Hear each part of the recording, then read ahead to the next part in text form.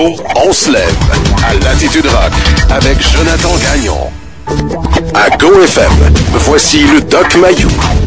Vendredi 21 novembre, Pierre Mayou, bonjour. Oui, bon matin, Jonathan. Nouvelle disponible un peu partout dans l'actualité aujourd'hui. Ces centaines d'enfants abandonnés au Québec. Je sais que ça revient quand même de façon directe ou indirecte souvent dans nos discussions. Doc, les parents québécois, le chiffre qu'on a ce matin est le suivant. 2050 enfants ont été abandonnés aux mains de la DPJ en 07-08 par des parents qui ne voulaient plus rien savoir d'eux. Ça se passe comment? On dit froidement comme ça. Le parent se présente dans l'organisme gouvernemental et dit simplement « Faites ce que vous voulez avec, j'en veux plus, je suis plus capable. » Hey Doc, ça n'a pas d'allure, ça. C'est un petit peu gênant. Alors, premièrement, bien camper le problème. Jonathan, est-ce que c'est un problème qui est en décroissant? C'est un problème qui est similaire d'année en année? Ou si c'est un problème croissant, c'est-à-dire qui augmente? Ben, c'est sûr que ça réduit pas. J'ai pas la réponse. Je vais prendre un guess. J'imagine que c'est en hausse. C'est en hausse? Parce que ça, c'est la première partie du problème qu'il s'agit de bien camper. Alors, si c'est un problème en hausse, ça nous interpelle d'autant plus. Parce que ça va s'arrêter où? Cette histoire d'abandon des enfants. Alors, je te dis et je répète, le Québec haït les enfants. C'est une généralité qu'on peut faire. Et assigne preuve de ce que je viens de dire, ce que toi, tu viens d'amener. OK? Ouais. Alors, il y a beaucoup de Québécois, pas tout le monde, mais il y a beaucoup de Québécois qui haïssent les enfants, qui n'en ont pas, qui en ont eu, qui en veulent plus, qui en veulent pas. Alors, le taux d'avortement est élevé. Pourquoi? Parce que le Québec haït les enfants. Ouais, mais Doc... C'est pas les jeunes filles qui se font avorter, là. Ce sont des femmes adultes. Mais Doc, j'ai une question. Les avortements sont en hausse, mais entre laisser un jeune dans ses 1 an, 2 ans, peut-être 3 ans, aller mener ça à DPJ ou se faire avorter, je pense que l'avortement, c'est mieux. Pardon, l'avortement, j'ai pas entendu comme il faut, Jonathan. Non, l'avortement, c'est... Mais je veux dire, une femme qui va se faire avorter parce que elle ne veut pas d'enfant, versus une femme qui va porter son enfant de 2, 3 ans ou 1 an à la DPJ ou dans un organisme parce qu'elle est plus capable puis elle en a son casse. Qu'est-ce qui est le plus loser entre les deux? Je pense que de se faire avorter dans une situation comme ça, c'est honorable.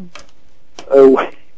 Non, mais... C'est un moindre mal. Oui, mais en tout cas... C'est un moindre mal. Maintenant, ici, ce matin, je ne voudrais pas donner l'impression qu'on tombe à bras raccourcis sur les femmes. Il n'y en est pas question. Oh! Le misogyne que je suis est très réticent à franchir ce seuil. Et... Alors là, dès qu'on parle d'abandon d'enfants, on parle autant d'abandon maternel que d'abandon paternel. Intéressant. Et au Québec, nous sommes en train d'imiter les hommes noirs américains. C'est-à-dire? Alors, les hommes noirs américains, dans une proportion absolument incroyable, abandonnent leur responsabilité paternelle. Et au Québec, le pourcentage d'hommes qui abandonnent leur responsabilité paternelle probablement s'approche de plus en plus des hommes noirs américains.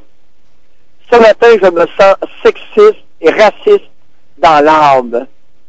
OK. Alors, avis à ceux qui veulent me dénoncer. Je viens de formuler ou de m'aventurer dans une rhétorique raciste.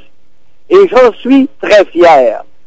Non pas d'être raciste, mais de dénoncer ce que personne n'ose dénoncer.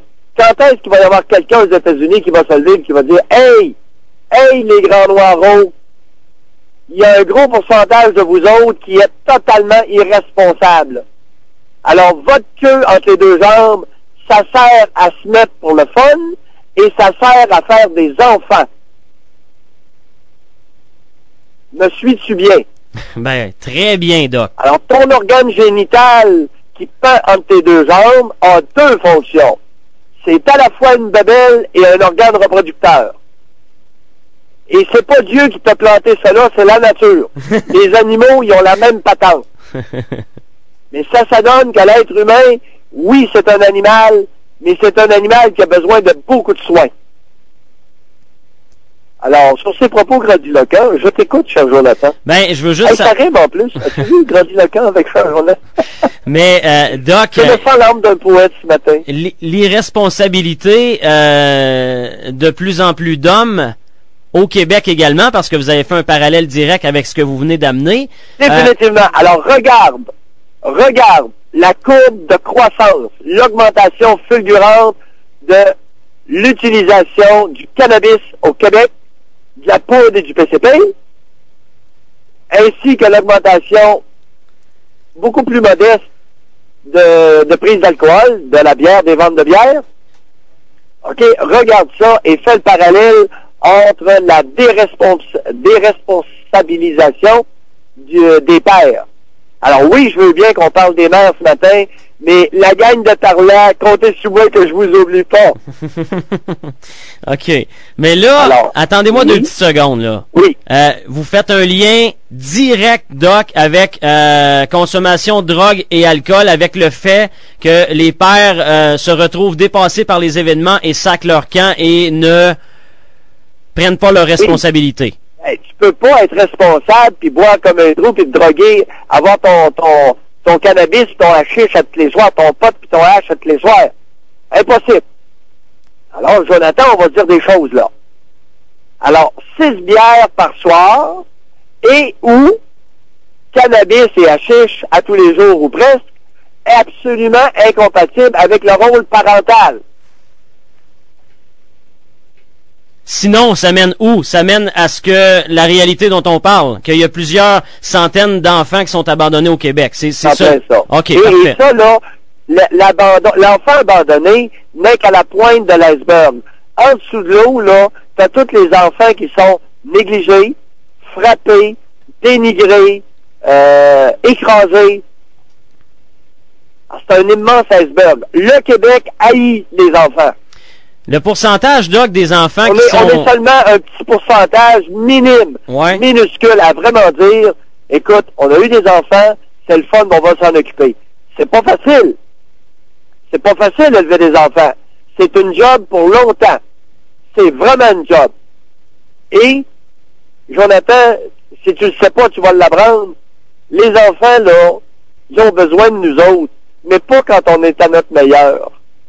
On dirait qu'ils sentent les petits maudits, puis ils nous sollicitent ou ils ont besoin de nous autres quand on est tout croche, qu'on est tout de travail ou qu'on est fatigué. On dirait qu'ils sentent.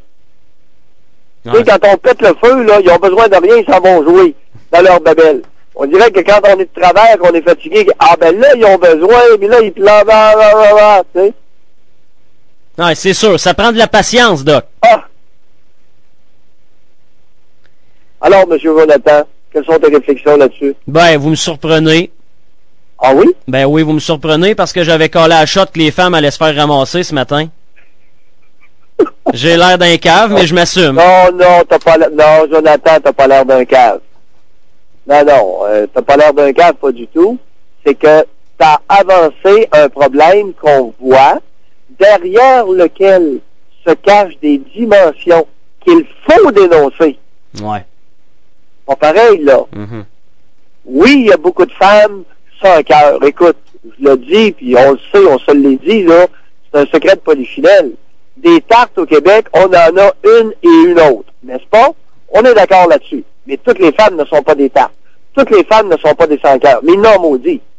Mais en reléguant l'abandon maternel sous le seul égide de la responsabilité maternelle, on vient de se rentrer le doigt dans l'œil jusqu'au coude, mon Jonathan. Parce que c'est intimement lié. Combien de femmes abdiques sont découragées avec un adolescent de 14, 15, 16 ans? Combien? Parce que le père n'est pas là. Le père est un trou de cul, un truand. Il se drogue. Le jeune fait comme son père. Tu comprends? Oui. Alors, c'est facile de tomber sur la mère. Hey, le jeune, il a 13, 14 ans, il sac après la bonne femme, il l'envoie promener, il l'envoie chier. vertement, à être découragé parce qu'il n'y a pas d'homme dans la maison. Il n'y a pas de père, il n'y a pas un homme qui se lève qui dit « Hey, tu peux, que c'est ça, cette affaire-là? » Tu sais, il passe le bras autour du cou, il dit « Voyons, mon petit Jonathan, c'est quoi cette affaire-là de sacrer après ta mère, matin? Voyons! » Tu sais, ça prend quelqu'un pour se tenir près de lui, ça prend un homme, pas nécessairement le géniteur. Ça prend un homme qui se tient près du jeune homme, du jeune garçon, qui dit « Voyons, mon petit père. »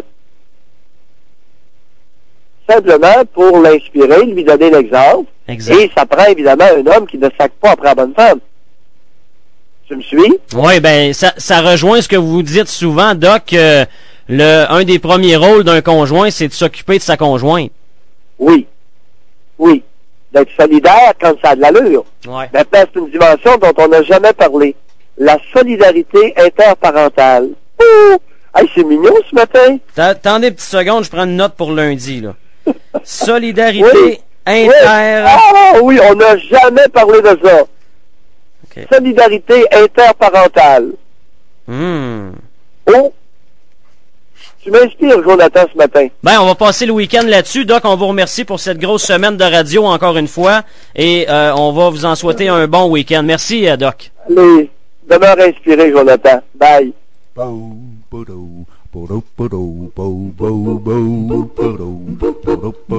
C'est une figure de proue qui brasse la boîte à poules, Doc Mayou. C'est lui qui tente le pouls du Québec quand il est trop mou, Doc Mayou. Avec lui, y a pas de froufrou, c'est pour ça qu'il fait des jaloux, le Doc Mayou. Le Doc Mayou. Pierre Mayou. Et le Doc. Le Doc Mayou. Du lundi au vendredi à 8h05 et 17h45. À GoFM. Latitude Rock.